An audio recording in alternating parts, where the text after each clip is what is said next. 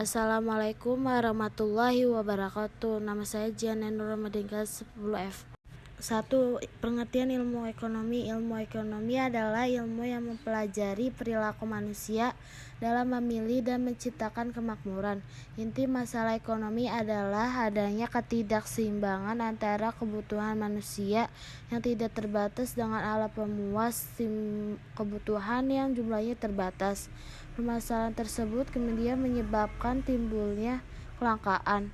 Kata ekonomi sendiri berasal dari kata berbahasa Yunani oikos, berarti keluarga, rumah tangga, dan nomos atau peraturan.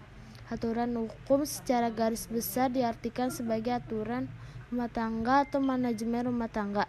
Sementara ekonomi dan data dalam bekerja, banyak teori yang mempelajari dalam ilmu ekonomi. Di antaranya adalah teori pasar bebas, teori lingkaran ekonomi, tenangan tak terlihat, daya tahan ekonomi, merkantilisme, Bretton Woods, dan sebagainya. Dalam artikel ia menerangkan bahwa ekonomi seharusnya tidak ditegaskan melalui persoalan, tapi sebaiknya ditegaskan sebagai pendekatan untuk menerangkan perilaku ekonomi. Sejarah ekonomi. Ilmu ekonomi atau klasik lahir tahun 1776 dengan terbitnya buku Adam Smith Will of Nations. Namun perkembangan teori atau ilmu ekonomi selama pertengahan dan akhir abad 20 cukup aneh, karena revolusi Keynes ternyata hanya berjalan relatif singkat.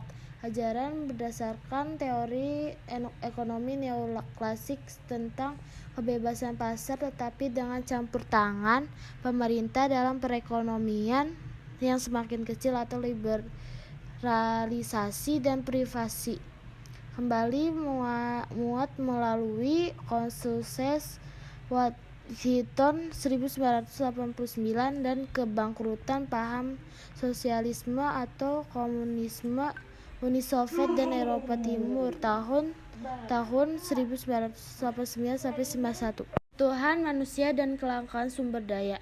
Pengertian kebutuhan adalah segala keinginan manusia yang harus terpenuhi.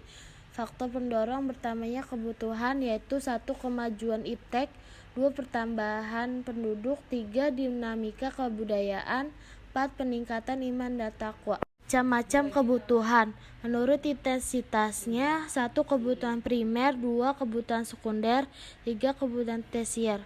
Waktunya sekarang dan akan datang, sifatnya jasmani dan rohani. Objeknya ekonomi bebas elit. Pemuas kebutuhan manusia berdasarkan kelengkapannya. 1. Ekonomi, 2. Bebas, 3. Elit berdasarkan fungsinya pemakaian dengan barang lain. 1. Substitusi, 2. Komplementer berdasarkan tujuan kegunaan. 1. Barang konsumsi, 2. Barang produksi berdasarkan proses pembuatannya. 1. Mentah, 2. Setengah jadi, 3. Jadi berdasarkan kegunaannya. 1. Bergerak, 2. Tidak bergerak. Pemanfaatan sumber daya yang langka dalam memenuhi kebutuhan.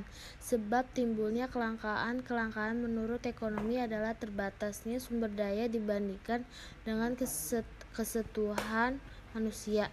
1. Peningkatan kebutuhan manusia, 2. Banyak sumber daya alam yang rusak, 3. Keterbatasan kemampuan manusia. Sumber daya ekonomi. 1. Sumber daya ekonomi adalah semua potensi lingkungan yang dapat memenuhi kebutuhan manusia.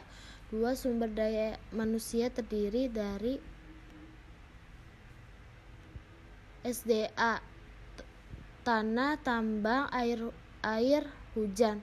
SDM, keahlian, kejujuran, keadilan, fisik. Sumber daya modal menurut wujudnya. 1. Uang, 2. Barang. Menurut sifatnya modal tetap, modal lancar. Menurut subjeknya modal perorangan dan modal kemasyarakatan. Menurut bentuknya kontrak dan abstrak. Menurut sumbernya modal mandiri dan modal pinjaman. Skala prioritas kebutuhan manusia. Hal-hal yang mempengaruhi skala prioritas kebutuhan manusia adalah 1. Lingkungan, 2. Status sosial, 3. Pendapatan. Ada pembagian ilmu ekonomi, yaitu 1. Ilmu ekonomi deskriptif.